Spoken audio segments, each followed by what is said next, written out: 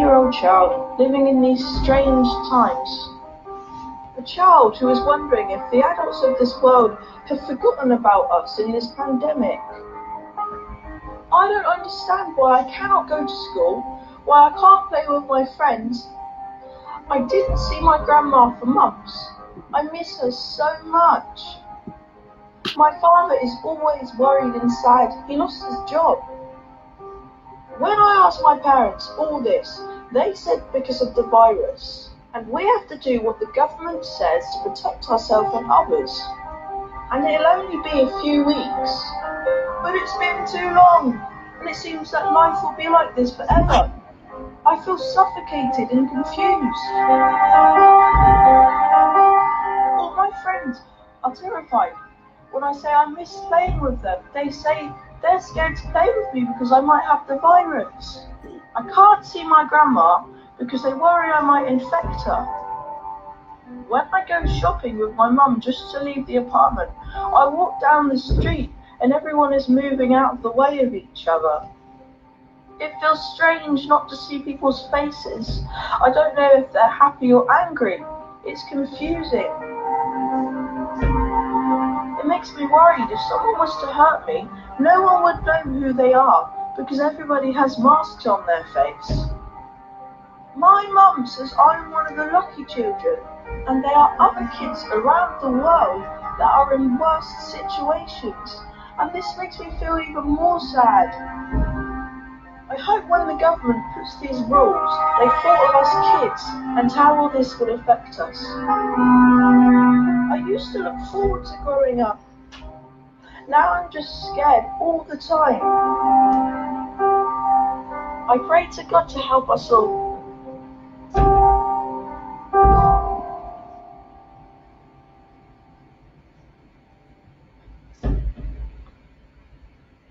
Good morning everyone, and welcome to one of our shows today where I have the lovely, fortunate privilege of interviewing Dirk Cilliers, who is the CEO and founder of Monkeynastics and has 125 franchise businesses across the world. So a wealth of experience and expertise, especially in focusing on the movement of education and the holistic development of your child.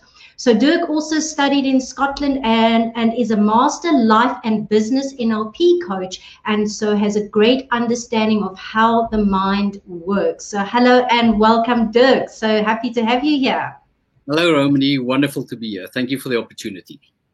So today, and that's why I found this lovely video last night about the 10-year-old. Thank you of MindWorks. It's not our video, but I'm just used it because it's just really what the topic is about today. You know, with us as adults, we experience many challenges when it comes to this lockdown. We have all probably suffered with a little bit of depression, a bit of stress, a bit of everything in the mix. And what about our children? What about your grandchildren, your nieces, your nephews, all of them? How are they coping during this time? And just watching this video, what reminded me and stood out for me was my grandmother. You know, I was very attached as a child to my grandmother. And I can tell you now, July would be my holiday, my school holidays, where I used to get so excited because I'm going to go to Granny. And I'm telling you, I used to traumatize my mother because I'd cry for days when I left my grandmother in absolute trauma because it felt like the world collapsed around me. So imagine if my mother and my grandmother try and tell me as a little girl that I can't visit my grandmother and that I could make her sick. Imagine, knowing myself, I can imagine the enormous damage and the trauma it would have had an impact on me, because there were times where I couldn't visit my grandmother and I wasn't a very happy child. So yes, thank you, Dirk. I really feel fortunate interviewing you today on this topic. So if you are out there, if you're joining us, please say hello, share your experiences, ask questions. You've got this opportunity now because we're going to help you understand how to work with your child and cope with them during this time. So yes, thank you, Dirk. What have you experienced working with your students and parents during this time? Awesome. Thank you for that little story about your grandmother. I think that's very relevant right now. So I just want to start by saying I'm by no means a psychologist or a psychiatrist. I respect them. But the difference between that and coaching is coaching focuses absolutely from where you are at the moment and moving into the future. So I'm very excited about that, to take what we have right now to move into the future. So chatting to some of my friends and my franchisees and a recent survey that we did as well, there is so much stress going around at the moment. So much stress, like never felt before. And also, in some cases, depression. It gets worse. There's, in the family home also, the negative feedback of information creates a lot of negativity around the communication at home. So it's like a snowball effect. What's happening in the home with the stress of the parents and the constant feed of information, that's having a direct effect on the children. And what my understanding of frequencies and vibration and energy fields, the children pick up on the emotions of the parents and are very sensitive, especially in the first 7 years of their lives. They are operating out of the subconscious mind, according to Bruce Lipton, having researched that. So primarily they would be picking up on those emotions, those stresses and everything that relates to that. So if you have the children just sitting around maybe playing games or playing with their toys, and you are having a conversation at home about the curve and the wearing the mask and watching those figures rising and how many people, they are subconsciously consuming that information. And that's causing so much stress and anxiety for them that parents don't always notice and pick up on. Absolutely, because not every child has the ability. Some children, they will internalize, and if they're too afraid to speak, they won't speak up about it. They might just become quiet or try and cope with it in their own way. Yeah, becoming quiet is definitely one of the symptoms, or becoming more quiet, one of the signs. So what would you say are some of the solutions that parents can offer their children to help them cope when it comes to mental health and trying to get through this time? That's a very important question, and it is such an easy answer. What's your communication around the house? You can be experiencing the stress and talking about people being dismissed and restaurants not being open and the wine industry. So you can focus your conversation around that or change it and not watch the 7 o'clock news every night to see how those figures are changing, because that's having the effect on the children. So start with the way you are dealing with it and what you are talking about specifically at home. Just a reminder to everyone, if you've got any questions, if you'd like to say hello, let us know. Share and like this with anyone that you feel would be this would be beneficial, because most of us, a lot of us have grandchildren, we've got nieces, we've got nephews, and we have got children ourselves. I don't have any, but I do and can see the impact it has on other people's children and even on our own lives. So I would imagine maybe having open conversations with children about the situation, and what would your thoughts be on that? Two things come to mind as I listen to you. It's very important at this time to work on the children's social skills at home. And the only way you can do that is by communicating with them and also being honest with them, sharing also your experiences with them and how you are experiencing the situation, and raising their emotional intelligence almost in that way, that they understand it, not from a stressful perspective, but more from a calm, communicative perspective in the safety at home.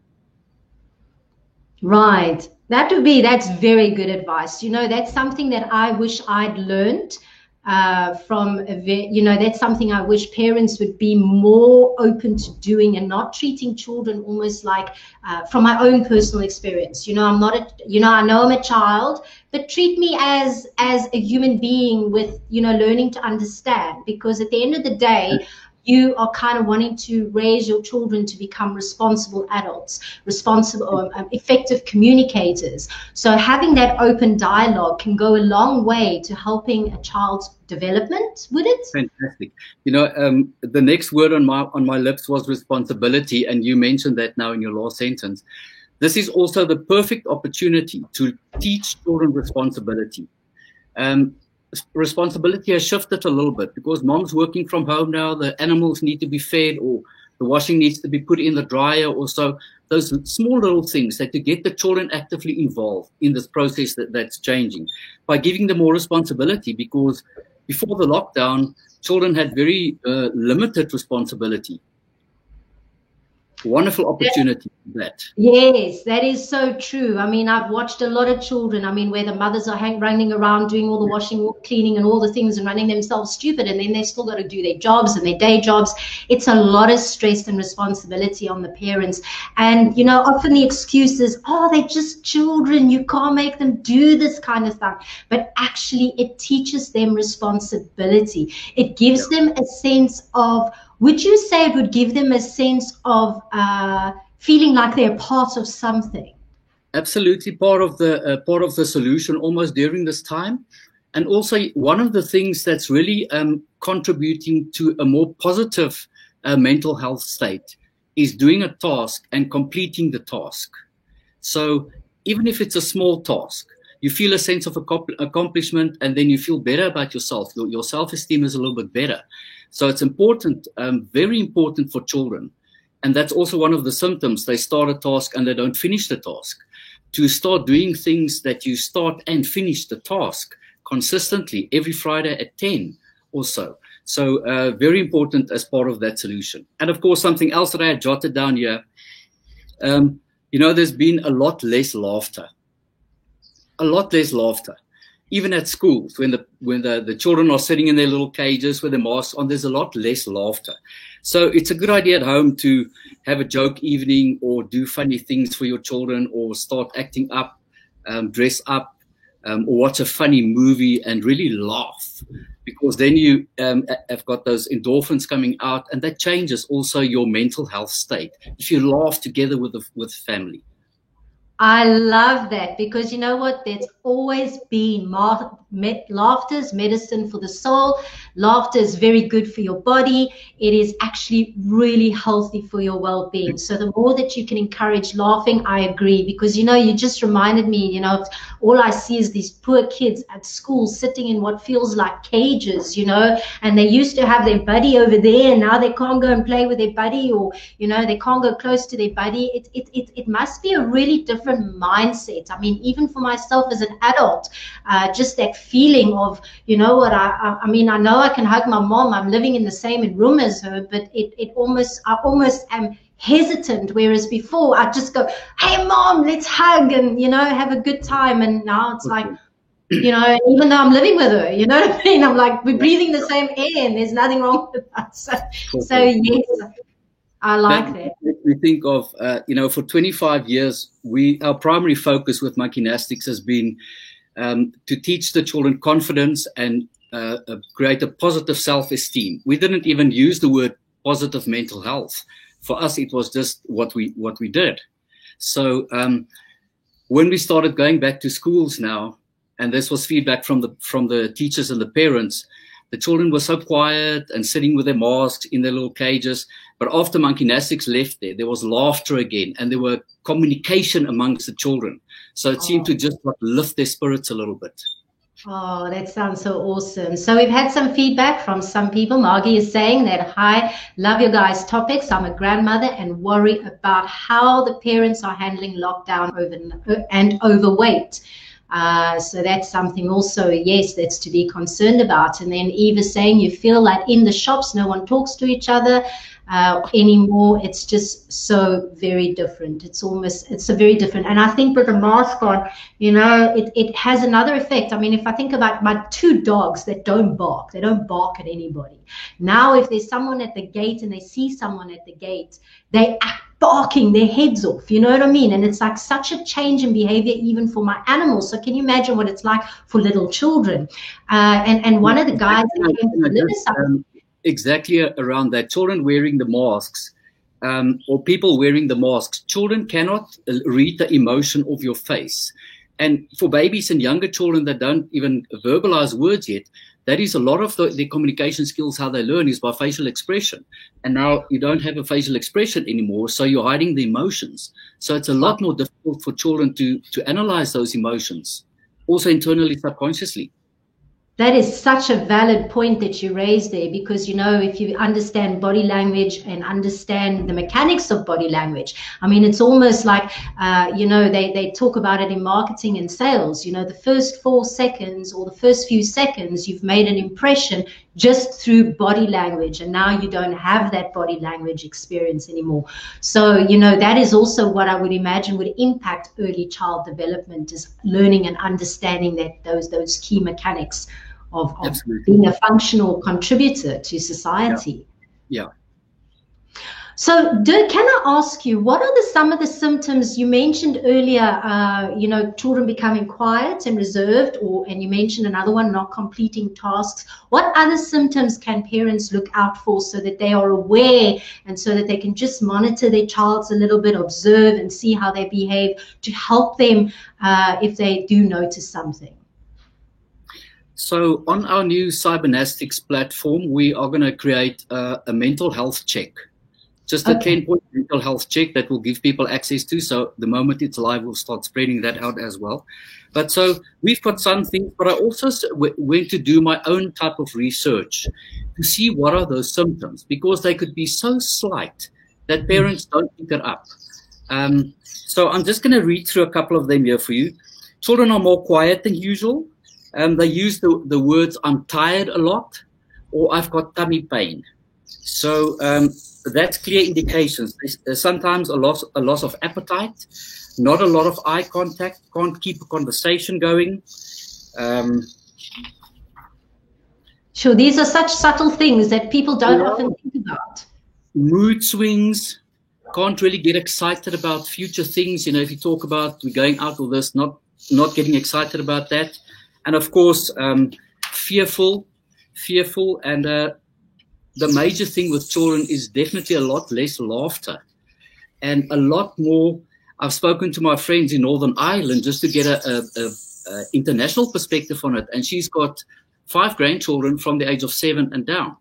She said they're a lot more reserved and a lot more cautious, as if they very information orientated. So they don't want to just do something, they want to know first. Is it going to be safe? Are there going to be other people around there? And so they're definitely a lot more cautious. And I think as a parent, you'll pick up from your child, maybe a little bit more irritable, waking up in the middle of the night, maybe having a oopsie at night by weeing in the bed or so. So you'll pick it up. And it's those small little things that, and you know, mental health, normally you think about the negativity of mental health, or the negative side, the reason for this discussion as well. But mental health can also be positive. So if you identify the small negative things, you can focus on the positive. And it's so easy to change it in children because they are so susceptible.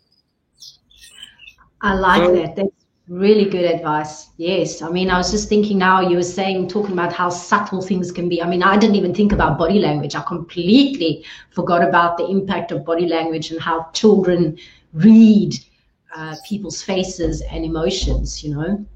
For sure. So one of the things that you mentioned earlier, and I'm hoping, yes, so as soon as you have that checklist, please share it with us so that we can share it with everybody else. I'd love to do that. And that is an added thing that we're putting on our platforms now, because it's an essential part. And then we want to also say, you know, if you're experiencing some of these emotional health challenges, you can do the following things: have a laughter workshop, or do this or do that or the other. So we're just adding that as an extra added thing onto our already existing awesome movement education stuff that we've got.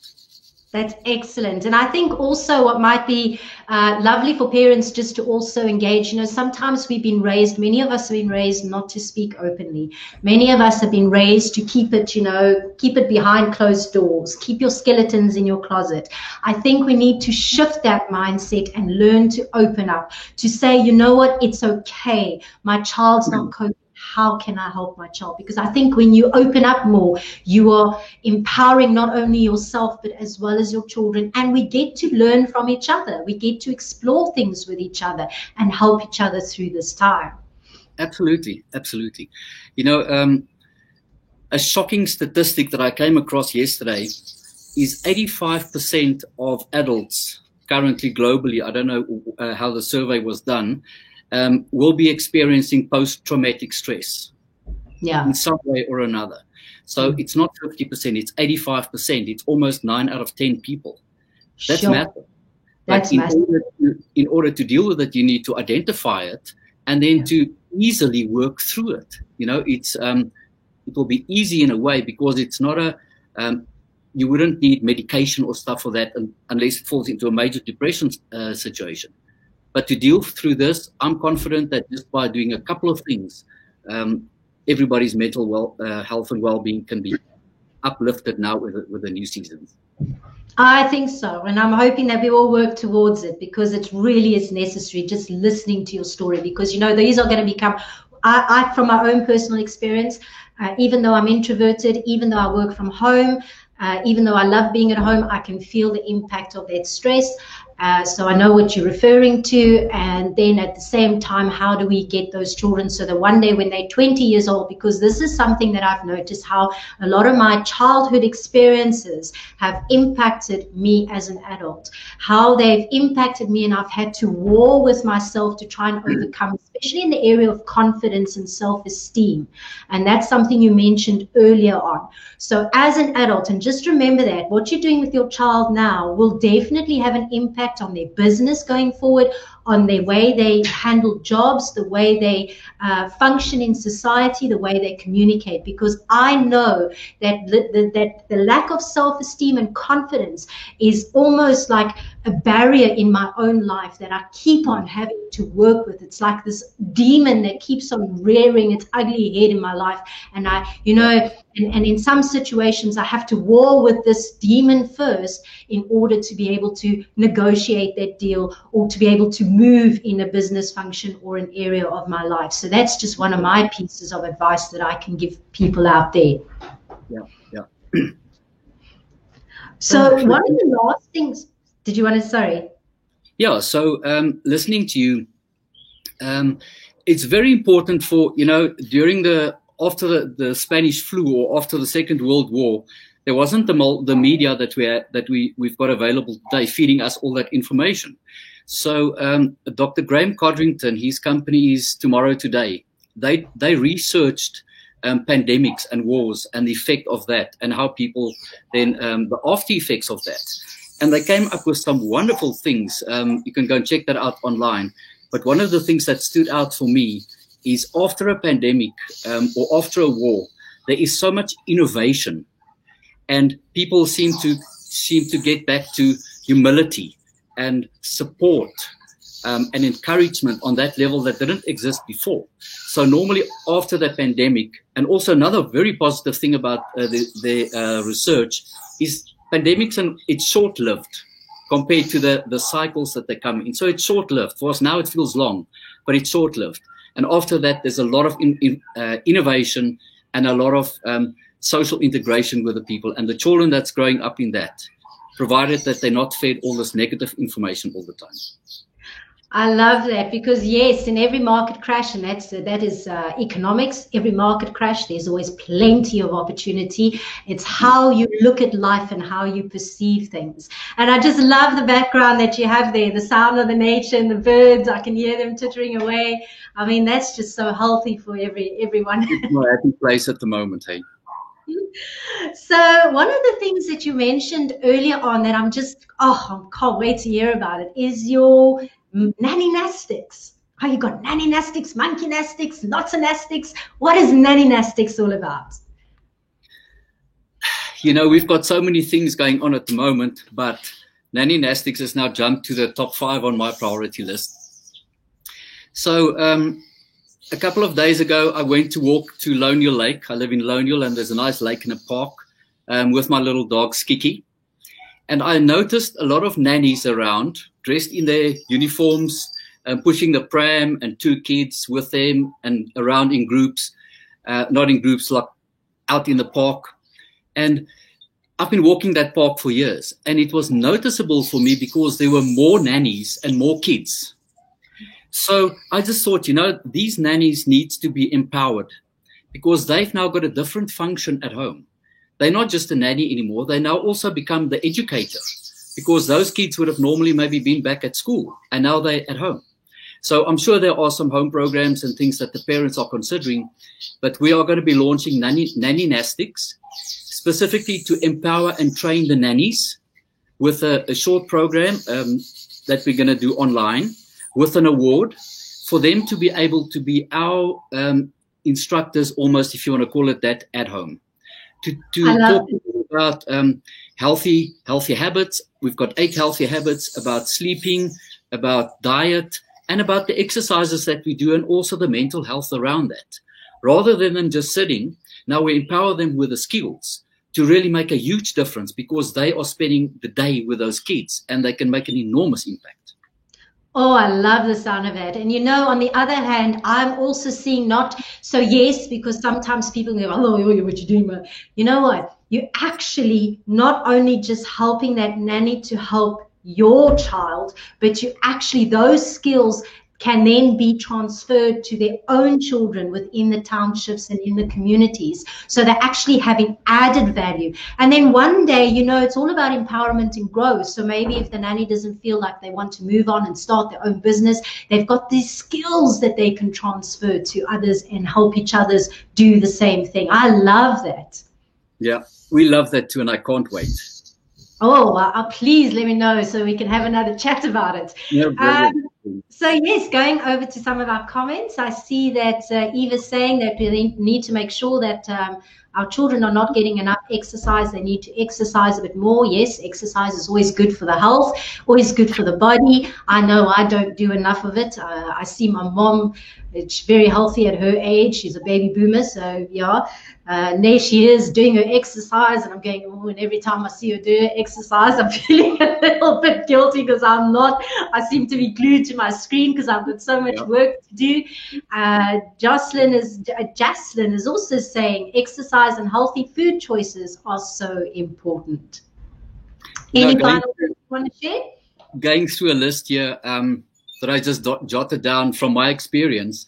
Through coaching, I was taught and I've learned that everything starts with sleep. You got to sleep at least 8 hours a night or what's comfortable for you. But then through the lockdown, that's changed a little bit because sleep is so erratic and there's no real structure throughout the week. So the first thing is exercise. You have to exercise and you have to make your body tired and then you can sleep. So exercise is definitely I think the starting point. And exercise doesn't have to be doing 500 sit-ups or push-ups or this or that. Exercise can also be working in the garden or packing away the washing or making the bed. All those little things contribute to the exercise, but that's crucial. Oh, you're speaking my language there because I'm really bad at it. And I also suffer from not sleeping. So yes, okay, I'm going to make a more concerted effort to exercise. I like that. Thank you for that. So that brings us to the end of our show today. I hope you found this helpful and informative. And I surely did. I've learned some tips and some tricks. And yes, if you know somebody that would like to know more about this, or maybe you've got people in your family that might need some input on helping their children, whether you're a grandmother, whether you're a mother, a father, a husband, whichever way this can be helpful to you. And if you'd like to get hold of Dirk or Monkeynastics or see what Monkeynastics is all about, I will be popping the link in the comment box below. So thank you everyone for joining us. Thank you, Dirk, for coming on board today and having this discussion with us. And yes, have a super week further. Thank you, Romany. All the best for you guys. Thank you. Bye, everyone.